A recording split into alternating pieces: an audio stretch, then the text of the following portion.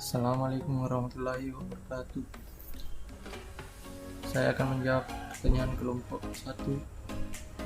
Apa sikap kita jika tempat kerja tidak menyediakan K3, sedangkan pekerjaan berpotensi mengalami kecelakaan?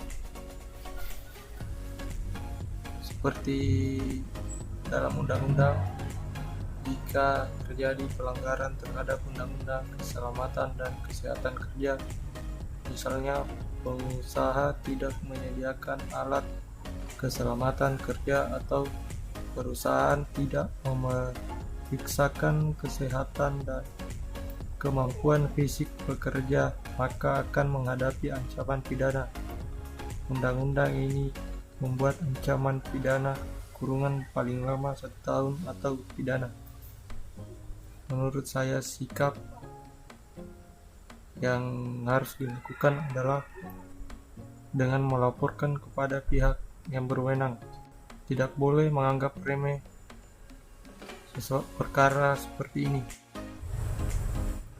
Saya akan menjawab pertanyaan dari kelompok 2. Bagaimana ciri-ciri seseorang yang mengalami toksik tapi tidak diketahui secara langsung?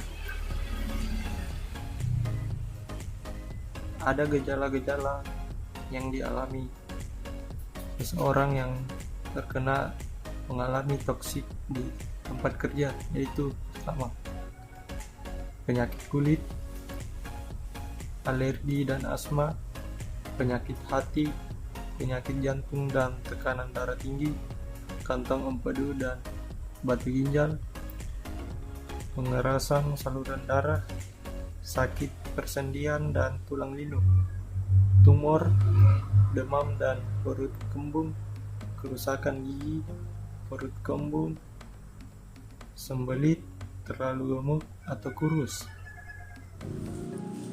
Saya akan menjawab pertanyaan dari kelompok 3.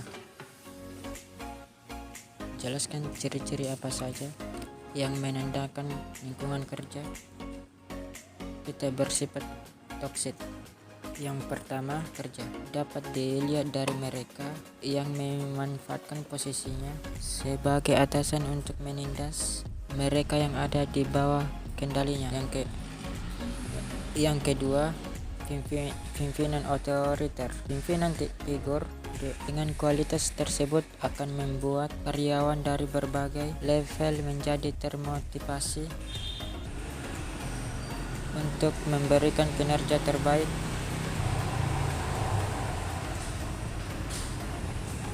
Bagi perusahaan. Yang ketiga,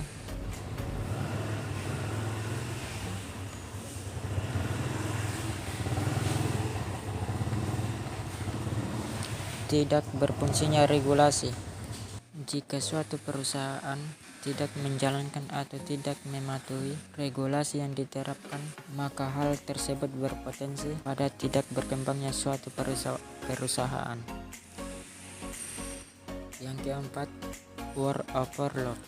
Beban kerja yang tidak ideal atau work overload terjadi jika seseorang melakukan pekerjaan kantor yang bukan job desk-nya dan di luar tanggung jawab atau kewajiban secara formal. Yang kelima, kultur bergosip. Secara sosial, menurut Erving Gottman, masih dilansir dari kompas.com, manusia memiliki 2 layar utama yang terdiri dari front stack dan back stack.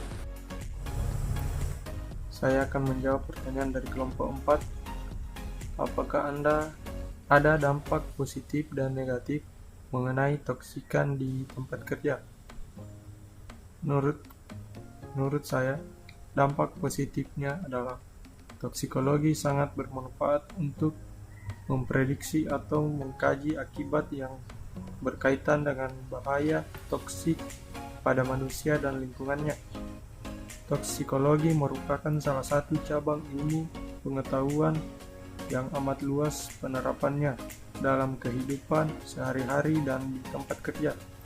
Toksikologi juga merupakan ilmu yang cukup pesat perkembangannya hingga melahirkan beberapa cabang ilmu toksikologi berdasarkan ilmu dan aplikasinya.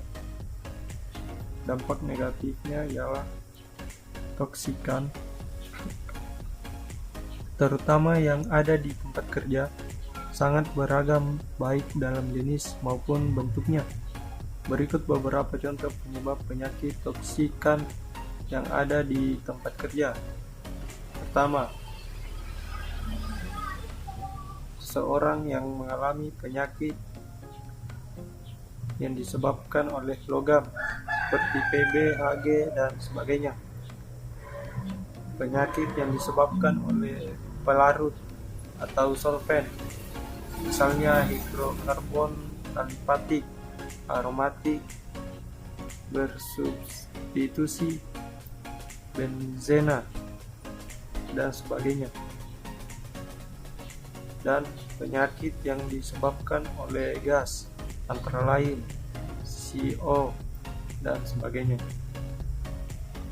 Penyakit yang disebabkan oleh pestisida yaitu organofosfat, organochlorin, karbamat, dan warfarin. Terakhir, penyakit yang disebabkan oleh partikel di udara seperti silika bebas dan asbes. Baiklah, saya akan menjawab pertanyaan dari kelompok 6. Apa yang dimaksud dengan zat yang bersifat toksit? Toksit adalah bahan kimia yang beracun yang dapat menyebabkan bahaya terhadap kesehatan manusia atau menyebabkan kematian apabila terserap ke dalam tubuh karena tertelan lewat pernapasan atau kontak lewat kulit. Itulah tadi jawaban saya. Terima kasih atas kesempatannya.